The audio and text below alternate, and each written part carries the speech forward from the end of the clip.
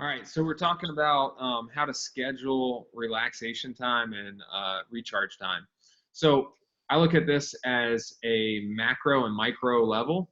So macro is like we look at it the whole year in advance, right? So around December, January, you're going to look and say, hey, when am I going to take a vacation? And you're going to schedule it out. All right. It can just be one vacation. It could be two. It could be three. It could be four. Whatever. It's a pretty long period of time. So minimum a week. Okay. Maximum it can go as long as you want it. Really, it just depends on your lifestyle. But what you're going to do is schedule that out, and then you're going to pay for it. All right. So you got to commit to it because if you don't schedule it, it'll never happen. All right. And then the next part of this is once you schedule those times, it's already off your schedule. You can put in for it at work, the whole thing. And then now we want to look at the micro level. So we want to look at, hey, what are a couple weekends, minimum one weekend, but it could be as many as you want, where we're going to go and do a mini vacation, right? Maybe it's a 3-day weekend. Maybe it's a 2-day weekend, whatever. Maybe it's just, whatever you can do. And you'll schedule those out. And once you schedule those out, again, you got to put it set in stone. Make sure no matter what happens, this is what we're going to do.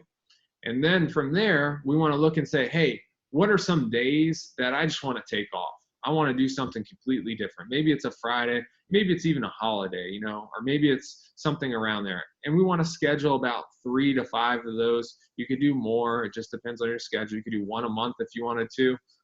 Just depends on your work situation. And then you want to set those up. Maybe you want to go whitewater rafting and you're like, all right, got to pay for that. That's going to take a day, and we're going to do that. Or maybe you want to go, shopping for a day, so you schedule it with a friend of yours to go shopping with you on that day. And then now it's set in stone, right? And then as you do that, you're building in these already set up ways for you to reset and recharge without having to think about it. It's just, I'm working, everything's getting monotonous, and oh, thank goodness I scheduled that before that day. I needed that day, right? Instead of getting to the point where you're so overworked, you're like, I need a day. I need a day. It's just, this is getting too much, right? If you get to that point, you're already screwed.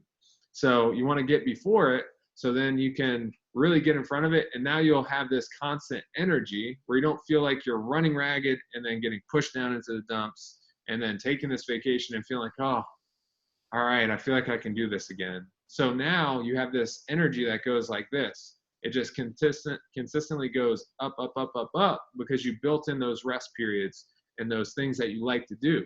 The more times you do things that you like to do, the happier you're going to be in life, and the more successful you are. It's just that's what it is. So that's the easiest way on a macro and micro level to really reset and feel great.